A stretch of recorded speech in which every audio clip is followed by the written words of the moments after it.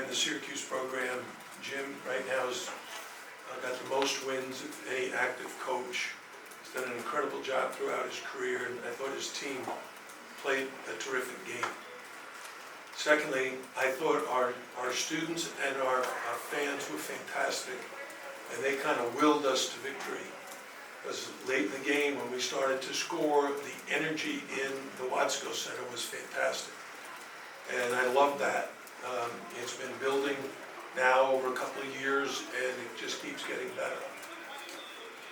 I told Nigel Pack yesterday that DJ Vasilovich, who's a fantastic three-point shooter, who Nigel reminds me of a little bit of how they played, and DJ always had his best games against Syracuse because he had such great range on his shot, and he was very comfortable shooting threes from deep. I thought he did that, especially down the stretch. We needed Jordan Miller was our go-to guy. Norshad Omir, 16 points, 16 rebounds, was a beast.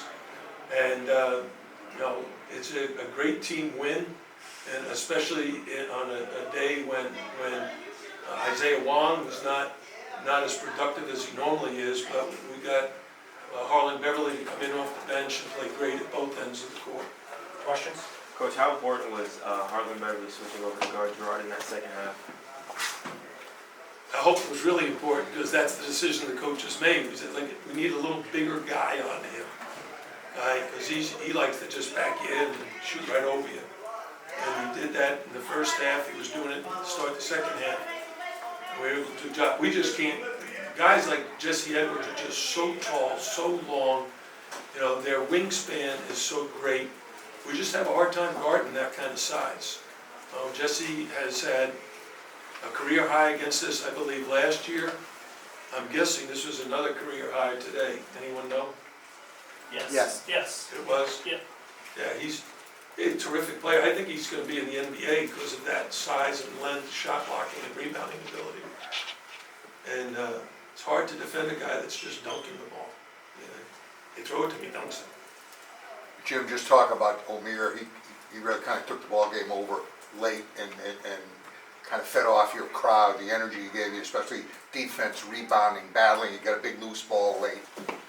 Yeah, well, Norshad, everybody knows, has tremendous energy, plays the game with such enthusiasm and kind of a reckless abandon. Sometimes that reckless abandon is very positive and helps us, gets the crowd involved, and sometimes it puts him in foul trouble sitting on the bench. So we need to be a little bit better in not fouling. In the last several games, we've had at least one starter, but today we had 4 with 2 fouls in the first half. And that impacts us. It impacts our substitution pattern, and it impacts how we play defense and offense. So it was good that we were able to overcome that fouling from the first half and still play better defense in the second half. Jim, sorry, go ahead. what were you trying to do with Judah Mintz, especially toward the end of the game? Well, starting with about 10 minutes left in the game, we did try to put more pressure on him and try to trap him and see if he would make any mistakes. You know, he's a great freshman, really vying for Rookie of the Year, is having a heck of a season, but he's still a freshman, and running the point is not easy for anybody.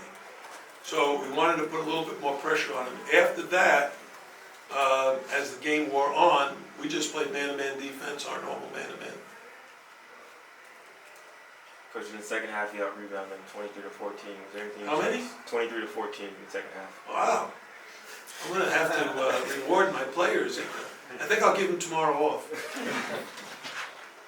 Anything else for Coach L? Hey Jim, I did want to ask you mentioned it before, just the atmosphere, right? I remember you guys used to have players go to the dorms begging fans, students to come out. I mean, is it sort of surreal to you that it has all come together and gelled like this? Well, first of all, my staff and I have worked really hard to try to embrace them and encourage them and empower them to do more.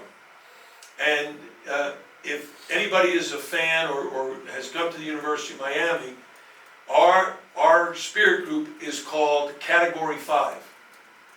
But the leaders now have added a dimension that they call the eye of the storm. And the students are buying into that brand. That message is, look it, we are the eye of the storm. All right, we're going to create that home court advantage. We're going to cheer the Hurricanes on to victory, and we're going to be right there, making them the sixth man. And then after the game, I had the players go into the stands to thank them for coming.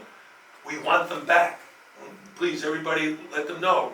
Write it in all your articles. It's a great atmosphere when the Watsco Center is back. Jim, Joe Girard scored 21 tonight, but almost all of them were inside the arc, hardly any threes. Okay, I Was didn't that hear the goal? first part of it. Joe Girard, he had Oh, Joe 21 Girard. tonight, but almost all inside the arc, hardly any threes. Was that the goal going in? Joe is not 6'11". He shouldn't be able to do that to us. But he's very clever. He backed Nigel Pack in several times, drew 2 fouls on him, made both shots. Then he did the same things to Bensley Joseph, and he tried to do it throughout the game because he was enjoying a lot of success with it. We switched and put Harlan Beverly on him, who's just a little bigger. And at 6'5" and jump, long arms, it made things a little bit more difficult for him. But, you know, he may be the most experienced player in the league. I mean, it seems like he's been there like 8 years. So he's smart as it comes. I mean, he just knows how to play the game. Jim, you got a big lift out of Beverly. You just talked about Beverly, veteran guy. He was out all last year due to injury. It seems like a kind of a good feeling story that he's come out contributing. I think his teammates are really cheering for him. They know what he went through last year. They know when the season started, not the games, but practice. He was, I don't know, 15 or 20 pounds overweight. He was not in good shape. He had normally won all our races. Now he was finishing last. And it takes a while. When you're out for 10 months, a year, you slowly come back. You don't come back like quickly. And in his case, if you see in the month of January, he's been far more productive. And the players on the team, I mean, really enjoy it. When he comes into the game, he's going to give us a great effort at both ends. How many points did he end up with? 16. 16. That's, Anything else for Coach L? All right, thank you, Coach. I have Coach Boeheim in shortly.